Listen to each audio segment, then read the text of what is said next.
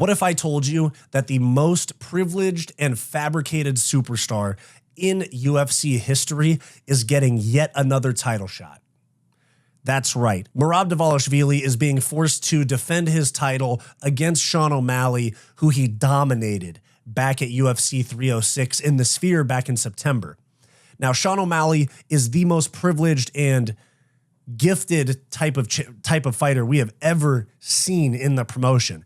First off, easy opponents his entire way through like the field of unranked fighters.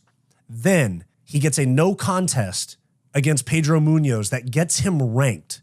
From there, they ranked 13th. From there, they bump him all the way up to the #1 contender in Petr Yan, where he won a controversial split decision.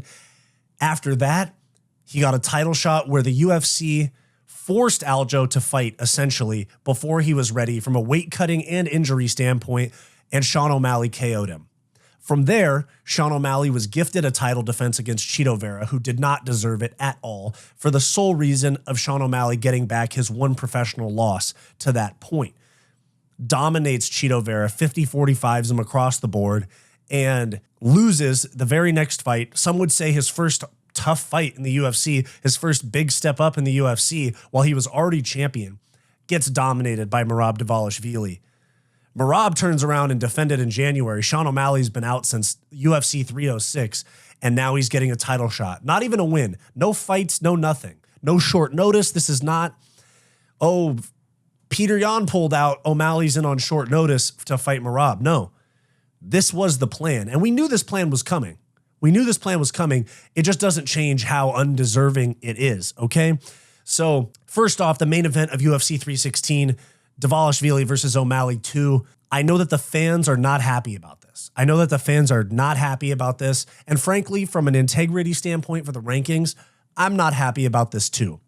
But in terms of stylistic matchups and someone that actually has the capability to show up and put on a very impressive KO, early KO type of performance over Merab, it's Sean O'Malley.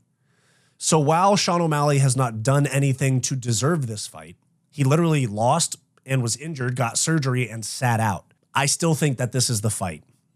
It's not deserved, it's not earned, but it's still the fight to make because the rest of the bantamweight division is booked up. I think that maybe the only other possibility would have been Pantoja moving up from 125 to fight Merab for champ status, but it seems that the UFC has moved away from the champ strategy going forward, and they want fighters to vacate their belt and then move up, which I highly doubt Pantoja would do. So we have O'Malley, Merab 2. Most of us are going to sit here and say that nothing's going to change about this fight. Absolutely nothing's going to change about this fight. O'Malley's going to get dominated again. But we got to keep in mind, guys, he did have a torn labrum in his hip and overall just came out very flat. I think that Sean O'Malley fully recovered, lots of time off, ready to go with a long camp. This is a very different fight. I think that Sean O'Malley got complacent in his superstar status or fabricated superstar status. And I think now he realizes that if he doesn't win this fight, there's almost no path back to the belt in his career that doesn't involve 3, 4, 5 wins in a row. And I don't think Sean O'Malley wants to do that, especially considering he cuts a lot of weight to make 135. Now, I think that this is a great fight stylistically, not integrity-wise. So my very early prediction on this, Sean O'Malley's going to get the dub, okay? I think that Sean O'Malley is going to get that early KO that I was expecting in the first fight because I think Merab's going to be a little overconfident in his success that he had against O'Malley in their first fight, and he'll leave himself open to get chinned. Moving on from there, we have the co-main event, the fight that Julianna Peña was trying to duck against Kayla Harrison. She was trying to get Amanda Nunes out of retirement. Obviously, that's not happening now, but if Kayla wins this fight, I could see Amanda Nunes coming back. But here we are. Honestly, I think this is probably the only exciting female championship fight that there is out there right now. I can't think of anything off the top of my head that's entertaining or really gets me going for Zhang Weili. And also the same for UFC 315. You have Shevchenko versus Manon Fiorot. Not super excited for that fight either.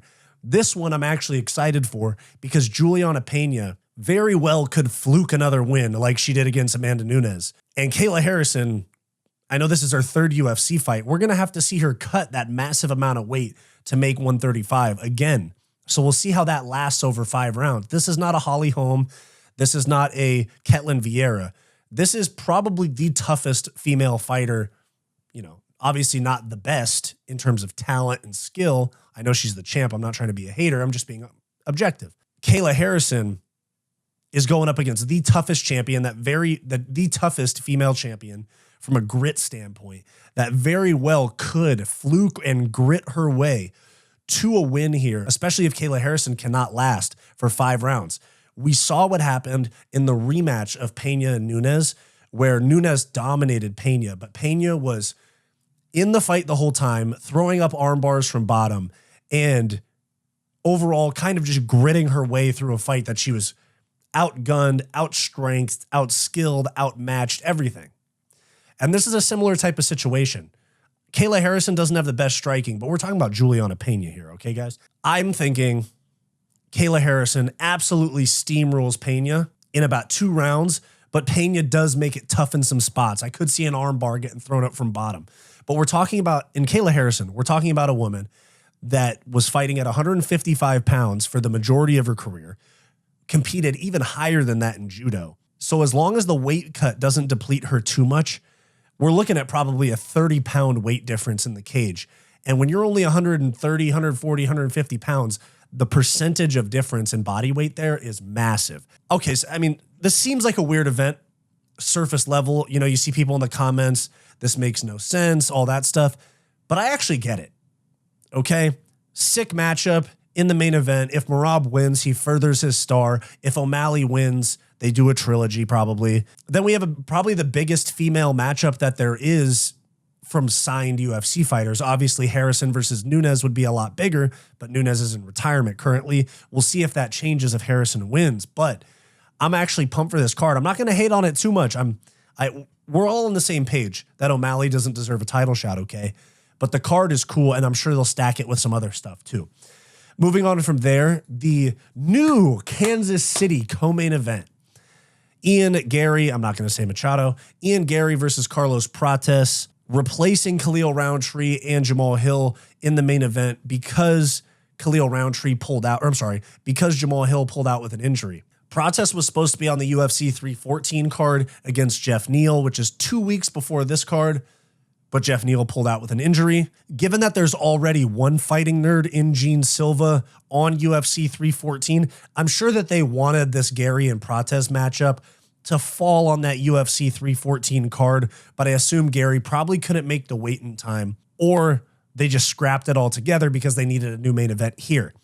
Now, huge props, Ian Machado Garry, coming off of a #1 contenders fight loss, going from the #1 contender in Shavkat Rakhmonov, immediately after a loss, turning it around and fighting the number 13 guy, big scary prospect in Carlos Prates, who is also packing on a ton of muscle. He was walking around at 178 at one point, cutting to 170, which is about Ian Garry's size. Now, Carlos Prates is said to be walking around at like 90 kilos, like 198, 200 pounds, something like that. So there's a lot going into this fight because there's a size difference. I mean, we could see Ian Garry get flatline KO'd by Carlos Prates. But at the same time, that weight cut for Prates is going to be something new where he's cutting 20 to 30 pounds instead of 10. So overall, I am going to take Prates in this fight. You guys know how I feel about the fighting nerds, and especially Carlos Prates. I think he's the future of the welterweight division. And these two guys being so skilled and so already accomplished in a lot of ways, being ranked 7 and 13 and in a main event, that just shows you how stacked this welterweight division is, where at heavyweight, there's some rough shit going on at heavyweight in the rankings. Between 10 and 15, none of those guys are like top 15 world-class level fighters. It's just because it's heavyweight. Now, I'm going to take Prates by KO. I think that Ian Machado Garry is way too complacent, point fighting off of the back foot, whereas Prates is just hunting that kill at all times. So, guys, we got some sick main events coming up. We got Volk Diego Lopes at 314, Bilal and JDM at 315.